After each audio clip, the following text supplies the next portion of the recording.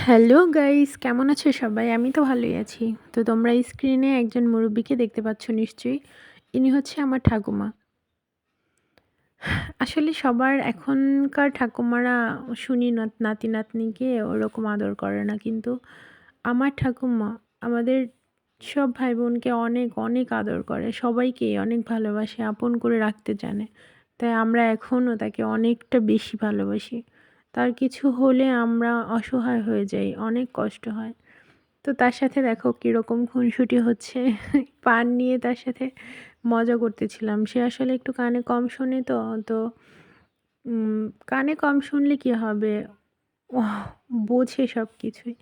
তো আমি মজা করছিলাম যে আমি পান খাবো। তো পান মুরব্বিদের তো একটা ফেভারিট জিনিস। তো এটা নিয়ে দুষ্টুমি করলে কিরকম চেতে যায় দেখো। মানে খুব রেগে গেছে বলতে ওরকম না। তো সেও খুব মানে মজা নিচ্ছে আরকি। আমি বলছি যে আমি ৩-৪ টা পান একসাথে খাবো। তো সে একটু মানে রেগে যাচ্ছে, তাও বলতে পারছে না, না খাবি না। তো আমি তাকে দেখায়, দেখায় সুপারির চুন আরও বেশি করে নিচ্ছি যাতে সে আরও রাগ করে। মানে তাকে আরকি খেপানোর জন্য এরকম করতেছি। দেখো কীরকম করে তাকিয়ে আছে আমার দিকে।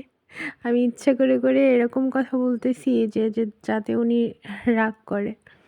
কিন্তু ঠাকুমা তো ঠাকুমাই। কীভাবে বোঝাবো যে আমার ঠাকুমা এতটা ভালো।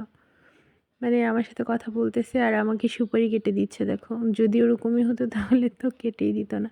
তো মামাতো বোন পাশ থেকে ও খেপানোর চেষ্টা করতেছে। আমি বলছি, পূজা তুই নে, দেখি তোকে কী বলে।"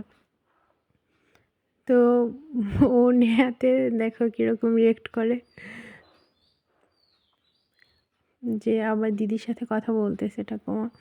এই যে এখন দিবে। দিল।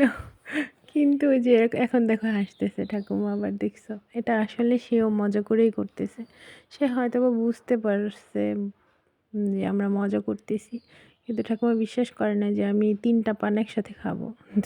সত্যি আমি তার সামনে ৩ টা পান খাই নাই, ২ টা পান মুখে নিয়ে নিয়েছিলাম। তো ভাবছিলাম যে খুব রাগারাগি করবে, কিন্তু ওই যে দেখো কেমন করে। আসলে আমার ঠাকুমা সত্যিই খুব মজার মানুষ। সবাই আমার ঠাকুমার জন্য আশীর্বাদ করো। যেন এভাবেই হেসে খেলে দিন চলে যায় আমাদের। ঠাকুমা, সবাই ভালো থাকবা। আমার জন্য প্রে করো।